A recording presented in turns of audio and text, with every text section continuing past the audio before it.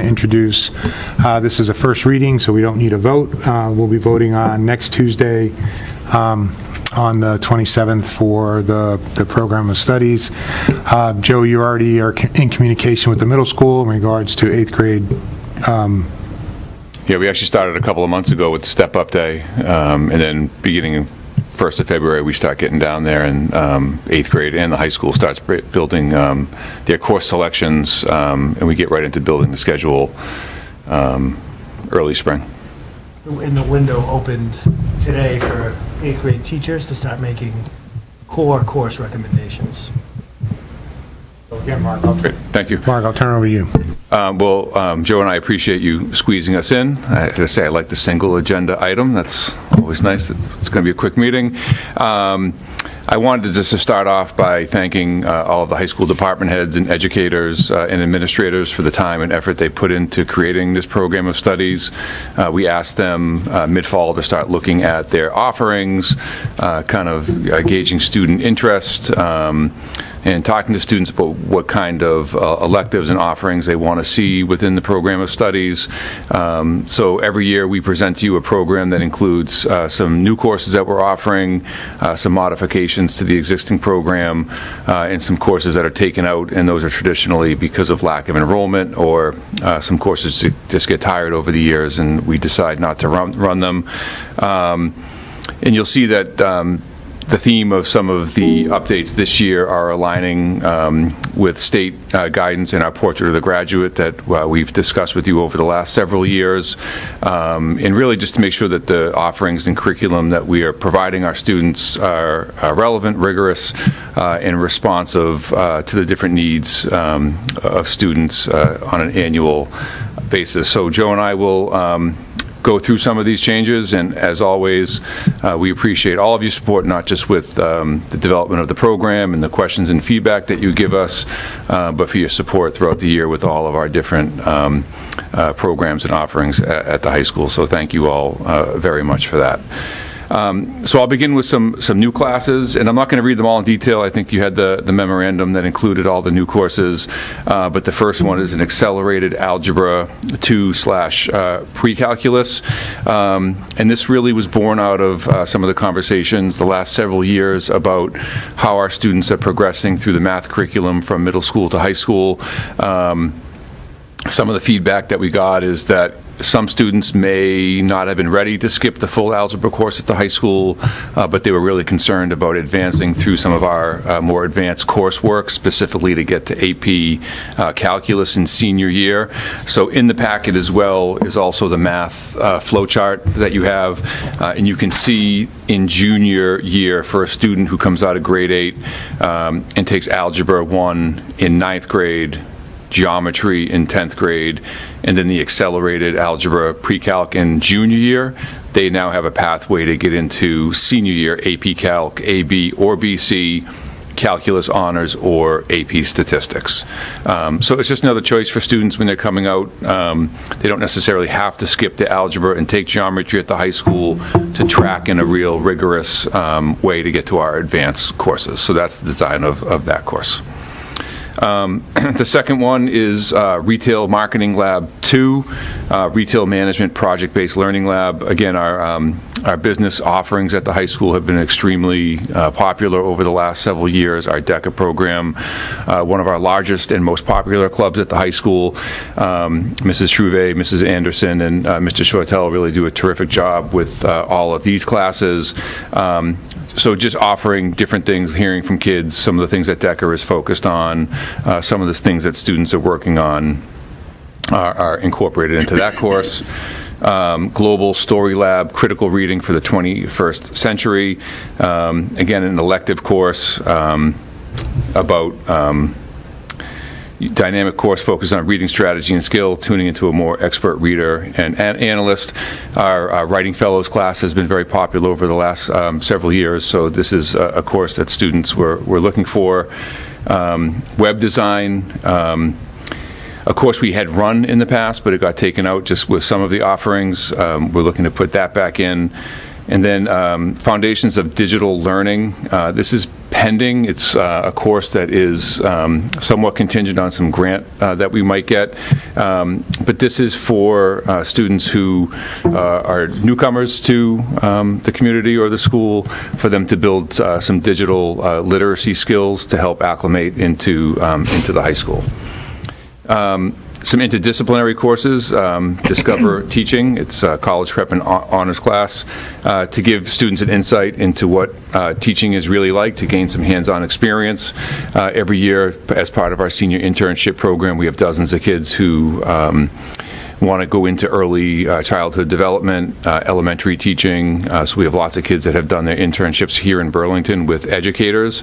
So this is just kind of meeting that need of a lot of our kids who want to consider and pursue the world of education. Oh, sorry, yeah, I forgot to mention, every year, our Mr. Rakovich and our graphic design students give us about 20 choices for the cover of the program of studies. And this year was Bensley Lewis, class of 2026, who designed the cover. Thank you.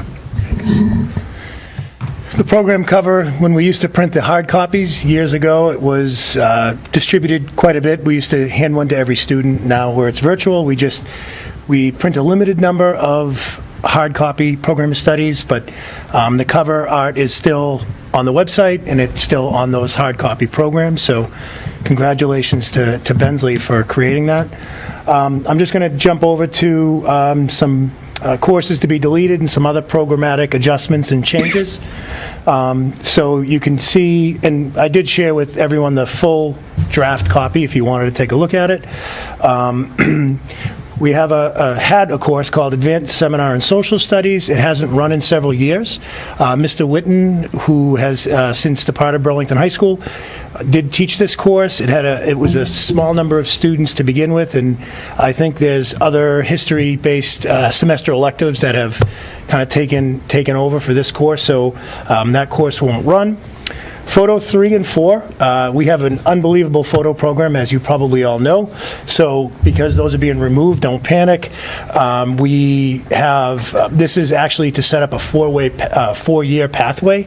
We still offer photo 1 and 2, and then we offer advanced photography.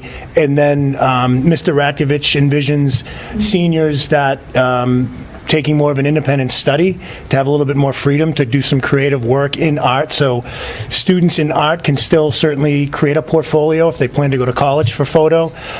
So they're taking these courses out. Photo 3 and 4 would be replaced by advanced. And then there's also an AP, there's also AP art, so students can still kind of pursue their desire for photo. Sculpture, we now have Clay Studio. Same idea. I think the teacher has shifted more to a Clay Studio model, and don't ask me for specifics on that, but I think we have all the equipment necessary for Clay Studio, and the teacher of the class does a great job with this. It's got great enrollment, so we think Clay Studio is going to do just fine. And with sculpture, any students that did have an interest in sculpture, they would just shift that to Clay Studio, very similar classes. So those are the courses that are going to be removed. The courses or programs to be modified or updated, just some name changes. You can see the first few. Purposeful Leadership is going to move from the English department to interdisciplinary. So we've had interdisciplinary courses in the program in the past. We are looking to continue to expand interdisciplinary. Simply means it could be cross-curriculum. An English teacher could teach it, a history teacher. And we've had some years where teachers co-taught from different academic backgrounds together. We had a class for a couple of years running where our history and our math teacher would teach called Argumentation and Debate. It didn't continue, but interdisciplinary gives us the opportunity to offer and bring different curriculum areas together. Again, a couple of updates. For feminism is going to now be called Modern Women's History through Popular Culture. Expository writing, we really want to get these courses in there because, writing seminar, because they align with a couple of Middlesex courses, and we want to try to continue to enhance our dual enrollment program, which is now concurrent enrollment, which we'll talk about in a couple of minutes.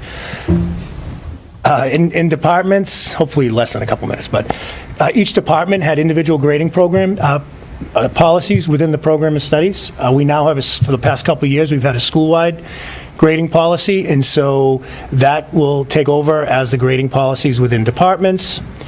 Next couple of courses are just not running next year. And this is not uncommon for some of our departments to do this because there are courses in the program of study. They couldn't necessarily run every course every year, but they don't want to remove it from the program of studies. So they're just not going to run these particular courses for next year. They'll probably be back the following year. Can I ask a question? Sure. How do you not run the yearbook production? So the yearbook production, we don't have a yearbook production class this year either. We have a club that handles it. So it's an extracurricular activity. Okay. 3 years ago, we had a teacher that was doing it, and the productivity out of the students was lacking, and Okay. so she wanted to add it as a class to see if she could build participation, and it wasn't really successful, Okay. so, yeah. Next couple of classes are English class changes, again, just in name. We had 2 foundational level biology classes. They're going to combine those to one foundational biology class. Marketing management is just a simple name change. We have a course called the History of Hip Hop. It was running as a full year class. That will run as a semester elective opportunity next year. And we have several description updates. And again, we don't list each and every change to our courses within the program of studies. If you want to see that in depth, you can log into the draft that I shared with you, because this meeting would be a little bit longer if we went through all those changes. So we figure if there's some word changes, some sentence changes, we don't necessarily include that in this memo, but these were full kind of course description adjustments, and I would encourage you to read through those.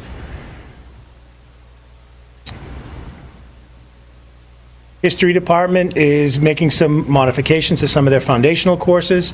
So our Foundations 2, Modern World History and Cultures, is going to be a course that's run for students in grade 9 through 10. Again, that's a foundational level course. And just a reminder, our foundations classes are special education courses that have highly modified curriculum. And again, purposeful leadership, it was a course called Leadership and Social Change, so it was a name change, and then we modified the description. Already talked about that. Okay. So just wanted to, I'm sure you don't need a reminder, but the Burlington High School competency determination, I think as you all know, you voted in December or November for this CD policy. We are implementing it with the students currently this year. Essentially, Burlington High School students in place of the MCAS, the state required us to demonstrate how students are meeting graduation local requirements plus the competency piece. So you have to earn credit in grade 10 equivalent of algebra and geometry, in biology and or physics or life sciences. So essentially through grade 10 curriculum at the high school, you have to earn a passing grade in the class. So you have to earn credit, and then you have to be competent or pass whatever the assessment is in the class at the year end. So if math is giving a traditional midterm and final exam, it's the average between those two.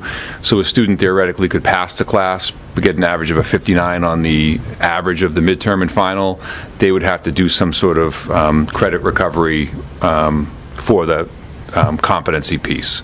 In English, they do a year-end essay. Students would have to pass the class and demonstrate competency in that essay, passing the essay, to earn both the components of that. So that is being implemented with the current class, and the policy that you all voted and approved is just being added to the program of studies.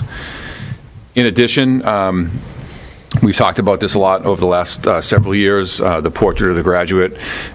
You may have heard the Commissioner of Education and the Governor talking about changes to how the state is going to measure competency or re-legislate how they're holding schools accountable for making sure students are prepared to be good citizens and ready for whatever it is post-secondary that they're choosing to do, whether it's the career, post-secondary education, the military, whatever it is they're choosing. And the vision of the graduate is one of the things that they're thinking about. So one, it's kind of a state initiative that's coming, but it's also part of our ongoing accreditation work with NEASC. So we are coming up on our decennial visit. We're probably going to be beginning preparations in the spring for a visit in the next year or two. And one of the things they look for as part of that accreditation process is, has a school not only developed a vision of the graduate and articulate what that is to the community, which I think we've all shared in the past, but we also have to develop a measure on how we're going to assess students against those skills that the Burlington community has said students should know and be able to do to be successful after high school. So beginning with the class of 2030, so this current 8th grade class, students are going to have to demonstrate proficiency in the competencies, skills, and dispositions in the portrait of the graduate.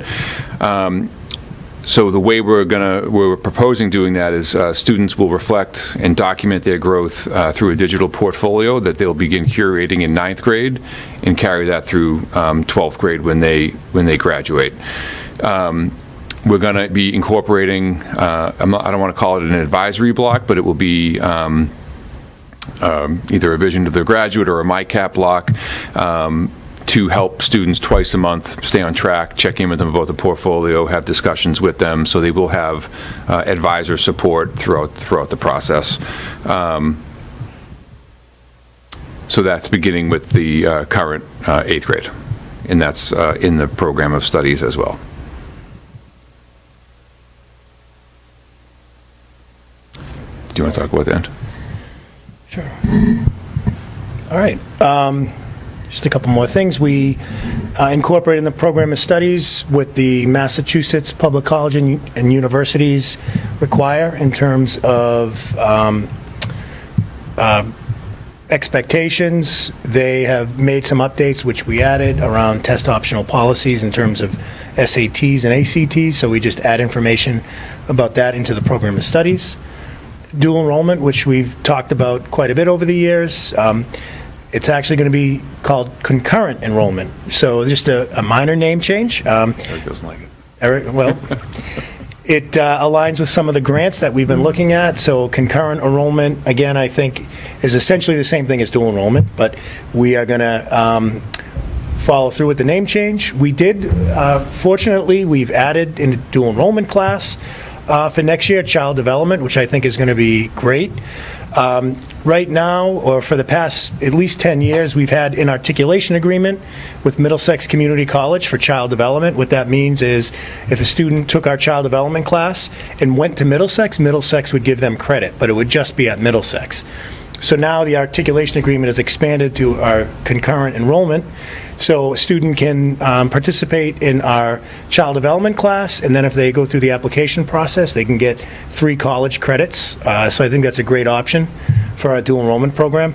And again, we're still working at expanding our dual enrollment opportunities. Concurrent, see that? It's going to take a little while. I was going to say it, it's going to be a but tough I one didn't. Thank you.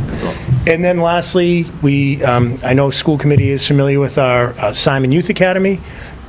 Mrs. Graham just made some updates to the program, and we've went ahead and added that into our program of studies. It's been a very successful and useful program for a lot of Burlington High School students over the years. And Ms. Graham continues to add things to the program and update it. So she wanted to include and have more of a representation in the program of study, so we went ahead and added that in. And that's it. If anyone has any questions. I have one question. You just made me think of it, so I didn't. Is the grading policy in the program of studies, or is that a separate policy? I'm like. Yeah, it was a separate policy last year, but we did add it in. It's in the full document, yes. Okay. Do you know what section? Oh, I think we still have to.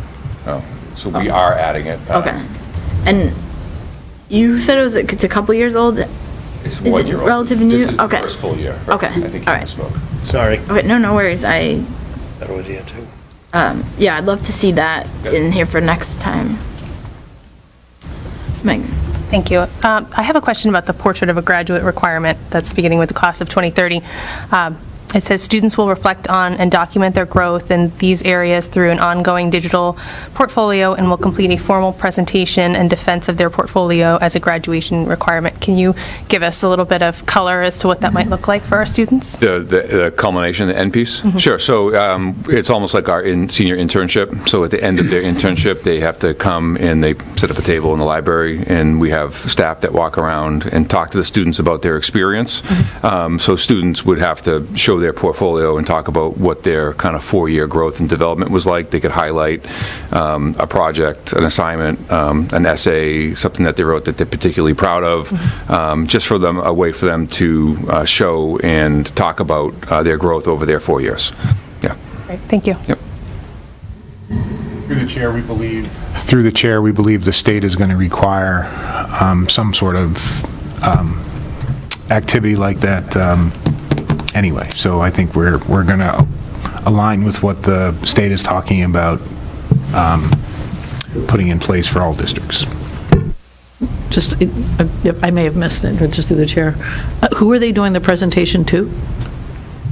So some of those details are still being worked out. Like, so the internship program is internal. So we don't, like, some parents might ask to come, which is perfectly fine. We allow them in.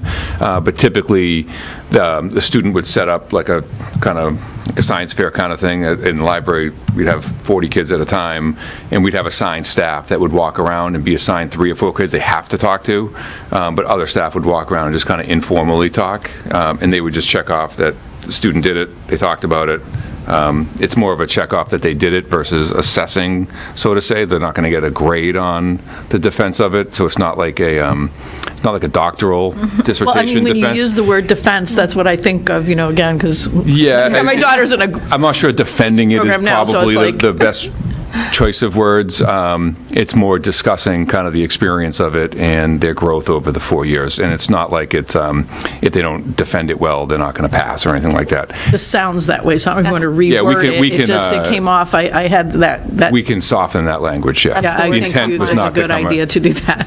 Yeah, no, we can soften that up. That's the word that caught my eye too, Kathy. Yeah, exactly. And again, this is new to us too, so some of these, the details and the planning are still very much in progress for next fall. I mean, this just seems so Got it, like, yep. scary formal, like, in Yes. this, the way you just presented it, it was Yeah, we more will, relaxed and, we will soften that up. okay. Yeah. Is there an indication of the state requirement that we could model? Like, is there something floating? Well, I think the state's trying to, and Mark, you might, or Joe, you might be involved in these conversations as well. I think they're trying to determine how to define mastery, is sort of what they're saying across districts. So they used to have a test score that they would rely on. Now, is it going to be a passing course grade? Is it going to be a final exam? If it's an end-of-course exam, then the state's talking about creating common end-of-course exams, but then obviously the pushback is Is that just another MCAS? exactly. So I think that they may talk about more experiences and more not a defense of, but more of an explanation of a knowledge and skill. But then the state has to define what those are. So again, I think. It's something the governor and commissioner are working on, and I think we're all sort of involved a little bit. Yeah, and that's part of the process, so it's not like students are just going to have to figure out what works and what doesn't. Over the last couple of years, educators at the high school, through updating of curriculum maps, have included portrait of the graduate skills that are emphasized or highlighted that students should be looking for in different units. We've really focused on like a what, why, and how, like being really clear with learning intentions and objectives of what students are doing, like what are they doing, why are they doing it, and how would they know if they were successful in a particular unit. unit. So there's been a lot of kind of behind-the-scenes internal work with curriculum, instructional units, making sure that they're aligned to the Portrait of the Graduate skills, so that as students go through their 4 years, when educators are introducing lessons, they'll know if collaboration or critical thinking or resourceful problem solving or some of these other skills that we're really focusing on are skills that they might want to think about showing in their portfolio through different units. So, we're setting it up so that students should be able to go through and be aware of the different skills that they should be focusing on during different units.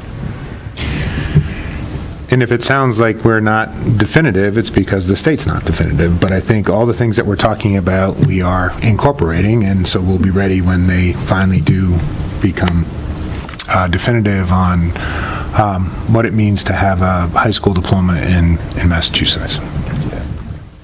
Mrs. Massar, we just added it in. Oh. Yeah, so it should, what page? It's on page 24. So if you refresh, you should be able to see it in there. Do that.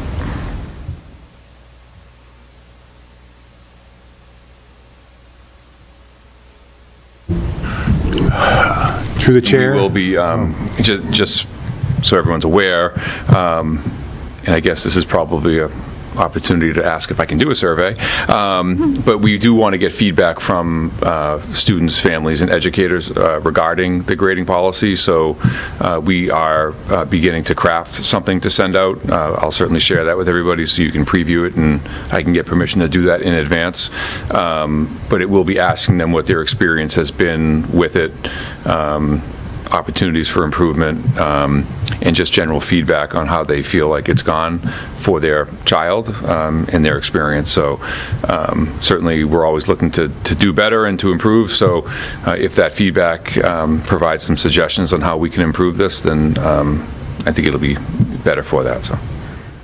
This survey just for parents? No, we're going to, educators, so high school staff, students, and parents. I think you only need our permission for students, but if it's Okay. students, yeah. I'm going to ask anyhow Might for as all of them. well, yeah. Madam Chairman? Yes. That's one of the other things, Mark and Joe, that the commissioner's talking about is redefining Mass Core so that all schools sort of have a similar thing. Some schools identify as Mass Core, other schools don't, even though they're sort of they are Mass Core anyway. And I think very few schools across the Commonwealth don't have most of the components of Mass Core. Where do we currently fall? I think we have most of all the components, but Mass Core is tricky because if you have one student that opts out of, like PE, for example, for a variety of reasons, you don't meet Mass Core. So we have all the components, we offer all the components. I would say a vast majority of our kids go through the Mass Core curriculum, but you don't truly meet that Mass Core unless 100% of your students are going through that.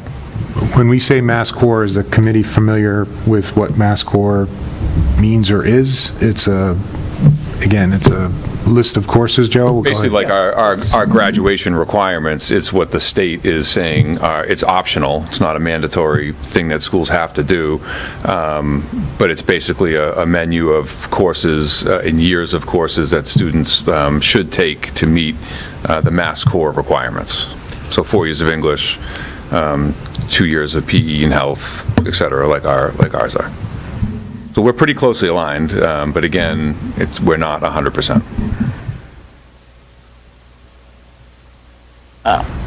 Are you asking?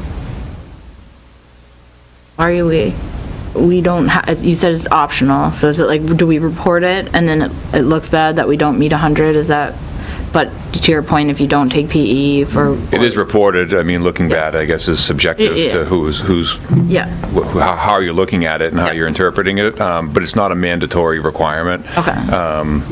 But it's one of those things, again, like if you're missing one component, like if you have students for medical reasons that are opting Yep. out of PE, Yep. you don't meet it. Yep. I think it's very hard to get 100% compliant with it. I'm not sure of any schools that are, but. No, but again, my point Yeah. is, I think the state is going to approach graduation a couple ways. If they're going to define mastery, then they might also Okay. redefine Mass Core, and then require all high schools to offer a certain menu of courses. I think, to our credit, to the high school's credit, I think we offer all those courses offer, they're just not already. necessarily taken. But it's going to be, if you hear that we're not Mass Core aligned, it's because it's not mandated for our students to do that. And as Mark said, if one student misses one of the courses for whatever reason, then the whole high school is considered not Mass Core eligible because it's not a mandated pathway. So, Just for accuracy, so like four units or 4 years of ELA, 4 years of math, 3 years of science, 3 years of history, 2 of world language, PE as required by law, arts, 1 unit, so we don't have a mandatory arts requirement, and then additional core courses, 5 units, so. But if someone wanted to meet Mass Core, we'd most certainly offer a individually? pathway to do so. Oh, of course, yeah, Yeah. of course, yeah. Yeah. yes. But again, my belief is they're going to try to standardize districts in some way. So they're either going to do it by defining mastery, Okay. end-of-course exams, or defining high school courses that students take, even though they might have different names. They're going to say that every student in Massachusetts has to do the following, which is really what they don't say now. They have, again, they encourage it, they define it, but I do think they're going to have to standardize something. So taking PE out, maybe we'd have to make art required in theory. And art. Currently, according to Mass Core, if you wanted to be 100% compliant, you'd have to have arts, not art-specific, An art class. performing. Yeah, so music probably. Yeah, you'd have to have that a mandatory requirement for all students. Okay.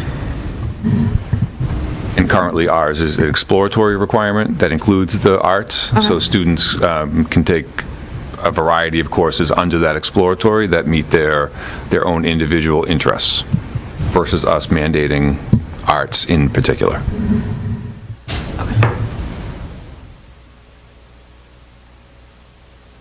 All right.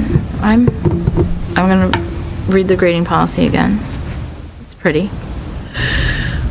At least it looks good. Yeah, that's it's nice looking.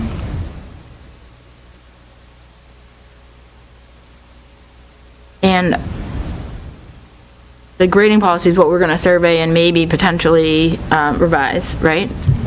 We were planning on tweaking it anyhow. Okay. It's the first iteration of this. Okay. We were not going into this thinking that it was a perfect Yeah, no, policy, so we fully anticipated having to make some adjustments. But we'd like to get feedback from people that it's impacting the most. Yeah, no, before I'd those really changes. like to do that survey, so maybe put that next And- if you want approval next Yeah, week. we're at the halfway point right now, so we're Okay. finishing our midterms. We were going to let our educators get through the grading process for our mid-years and then send it out in the next several weeks. But we'll Fair get an advance copy of all the questions to all of you so that you can approve it. I've eyeballed it. Is there a policy for when grades have to go into Aspen in here? So we ask educators, like, bi-weekly to make sure things are up to date. Okay. It's a very fluid thing. If an English teacher gets back, 65-page essays, 2 weeks might not be reasonable. Okay.